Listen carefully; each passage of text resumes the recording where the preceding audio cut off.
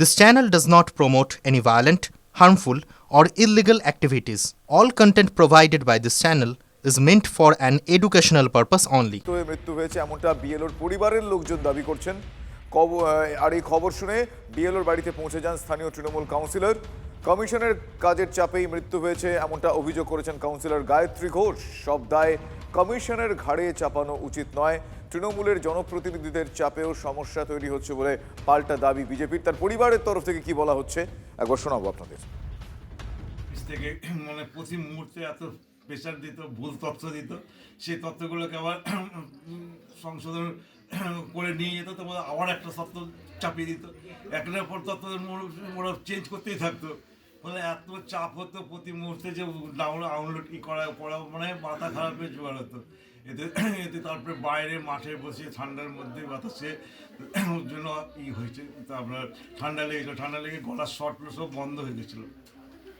তারপরে কথাই বলতে পারতো না। তারপরে ডাক্তারের কাছে নার্সিংহোমে নিয়ে গেছিলাম, ওষুধ খেয়ে অনেকটা রিলিফ হয়েছিল।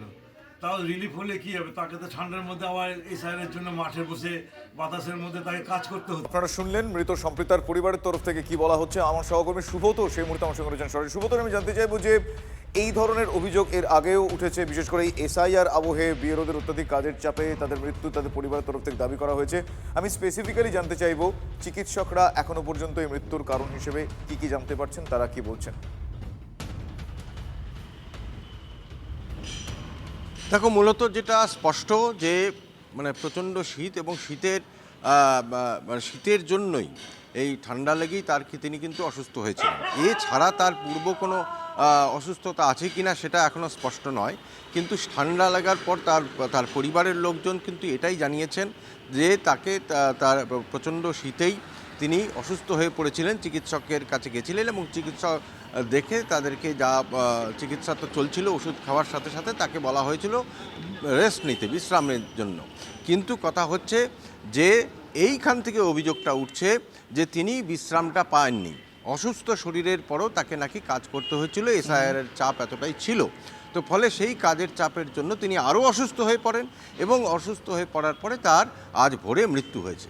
এটা তার স্বামী বলছে, মানে তার পরিবারের লোকজন বলছে, এবং একই অভিযোগ করছেন সরাসরি সেই এলাকার, মানে 15 নম্বর ইংরেজবাজার পুরসভার 15 নম্বর ওয়ার্ডের 163 নম্বর বুথের বিএলও তিনি, এবং তিনি আইসিডিএসের কর্মী।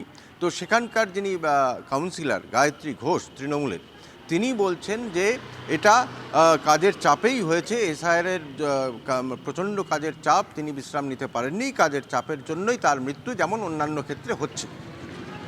আর এই নিয়ে খুব স্বাভাবিকভাবেই শুভজিৎ বিতর্ক শুরু হয়েছে, রাজনৈতিক বিতর্ক শুরু হয়ে গেছে। অন্যদিকে বিজেপির জেলা সভাপতির দাবি অজয় গাঙ্গুলির যে মূলত বিএলওদের ওপরে যে হারে তৃণমূলের নেতারা এবং জনপ্রতিনিধিরা যে হারে চাপ দিচ্ছেন, মূলত অসুস্থ হচ্ছেন সেই কারণেই বিএলওরা।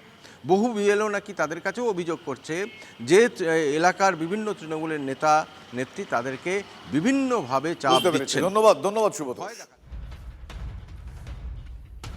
প্রচণ্ড প্রেশারে ছিলেন। উনি বলছেন যে ওনার হাজব্যান্ডও একটা অভিযোগ করলেন যে উনি ঘুমাতে পারতেন না, বিছানার উপরে এত কাগজ ছড়ানো থাকতো যে বসে বসে হেলান দিয়েও কোনো সময় ঘুমিয়ে গেছেন, রাতে 2-3টে পর্যন্ত কাজ করতে হয়েছে। তো এইভাবে কাজ করতে করতে একটা অনিয়মের মধ্যে চলে গেছিলেন, ঠিকমতো খাওয়া ঘুম কোনোটাই হতো না। এবং তারপরে হঠাৎ 30 তারিখে উনি একবার অসুস্থ হয়ে যান, তখনও আমি জানি খবরটা। তারপরে উনি নার্সিংহোমে গিয়ে ডাক্তার দেখিয়ে এসছেন, তো ডাক্তারবাবু বলেছিলেন যে ঠান্ডা লেগে গেছে এইভাবে কাজ করতে করতে, আর অনেক রাতে ঘুমোচ্ছেন, একটা অনিয়মের জন্য একটু ঠান্ডা লেগে একটা ইনফেকশন হয়েছে। বিএলওরা মারা যাচ্ছে দুঃখজনক, বিএলও মারা যাচ্ছে দুঃখজনক, কিন্তু প্রকৃত কী কারণে মারা যাচ্ছে সেটা কিন্তু জানতে হবে। এবং এমন চাপ আছে তৃণমূল দলের, প্রকৃত যদি তদন্ত করা যায় তাহলে দেখতে হবে যে কোনো বিএলওর মৃত্যুর কারণের পিছিয়ে তৃণমূল সরকারের হাত আছে। সেই জন্য আমরা বারবার বলছি এই বিএলওদের মৃত্যুর কারণ হিসেবে সিবিআই তদন্ত হোক, তদন্ত হলেই জানা যাবে।